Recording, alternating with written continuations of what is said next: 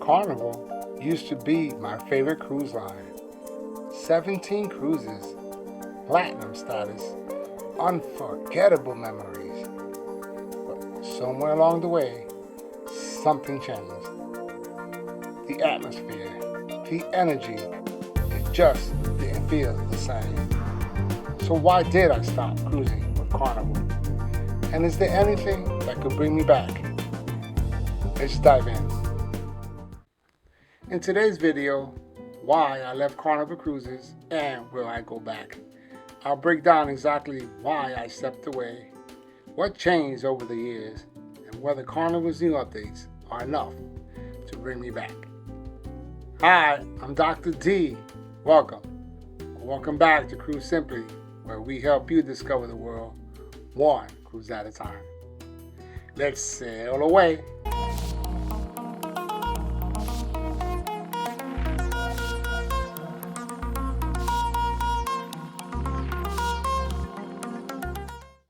Before I talk about why I left, let me share what made Carnival so special in the first place. Carnival gave my family and me some of the best vacations we've ever had. The fun, upbeat atmosphere, affordable pricing, and exciting theme parties made every sailing feel like a celebration. The entertainment, always a highlight. From laugh-out-loud comedians to unforgettable deck parties and those Broadway-style shows, truly impressive. Some of the best at sea. Let's talk food. Carnival really knew how to deliver. From delicious appetizers to top-tier steak and lobster dinners, and don't even get me started on the dessert bars. Pure indulgence.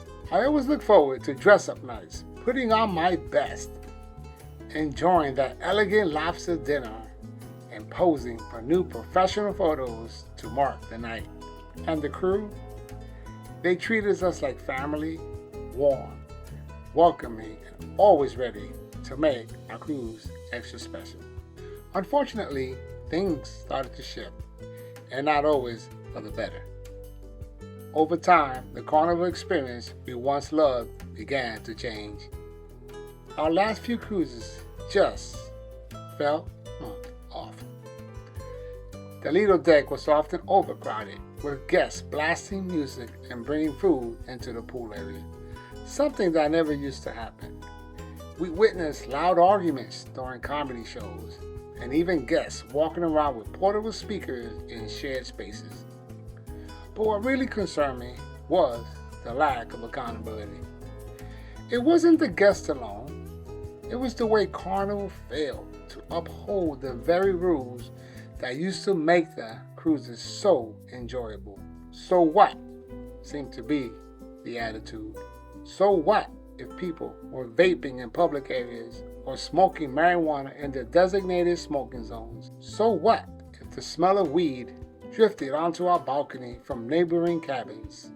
So what if the Serenity area, meant for peace and relaxation, had loud music, raised voices, and guests ignoring the vibe entirely?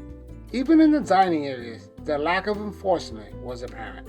Swimwear and buffets, hats and tank tops in formal dining rooms, and a clear disregard for dress codes.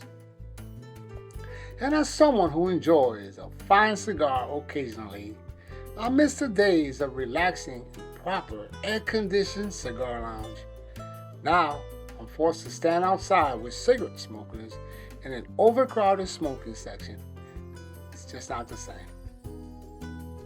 The overall vibe, once festive and family-friendly, felt chaotic and unmonitored. For us, the magic was gone. That's when I realized it might be time to try something new. So we stepped out of our comfort zone to try something different. Royal Caribbean and Princess Cruises. Let me tell you, it was a game changer. Royal Caribbean swept us off our feet with its breathtaking ships, like floating cities packed with jaw-breaking entertainment, diverse dining, and something for everyone. There were quiet corners to unwind, thrilling activities for those seeking adventure, and world-class shows that rival anything on land. It felt like the cruise was tailored just for us. Then came Princess Cruises, a completely different vibe, but equally impressive. Princess delivered elegance, tranquility, and a level of service that made us feel pampered from the moment we boarded. From refined dining to peaceful lounges, the whole experience was smooth, graceful, and just what we needed. These sailings reminded us that cruising doesn't have to feel chaotic. It can be calm, classy, and curated to fit the kind of experience you truly want. And honestly, once we got a taste of that, it was hard to look back. Now, fast forward to the recent updates that made me take a second look. Recently, Carnival has taken a bold step to reclaim its original charm by reinforcing its have fun, be safe guidelines. By cracking down on disruptive behavior with straightforward, no-nonsense rules like banning loud Bluetooth speakers in public areas, enforcing curfews for minors to keep evenings calmer and safer, and addressing issues head-on that were once silently tolerated. But those are just the headline changes.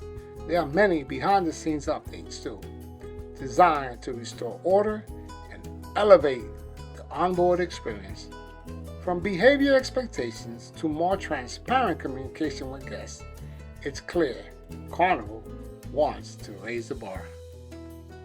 And honestly, it's refreshing.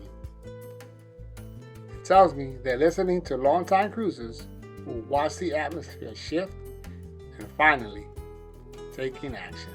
If Carnival truly follows through, we might see a return to that vibrant, stress-free environment that made us fall in love with cruising in the first place. With all these changes in motion, here's where I stand today. So, will I give Carnival another chance? Yes, but only if these changes truly stick and aren't just words on paper. I'm genuinely excited about what's ahead for Carnival. Their newest ships, like Mardi Gras, Celebration, and Jubilee, look absolutely incredible, filled with innovation and fresh energy. And then there's Celebration Key, their brand new private island experience. From what I've seen, it feels like a tropical dream, and it's definitely earned a spot on my cruise bucket list.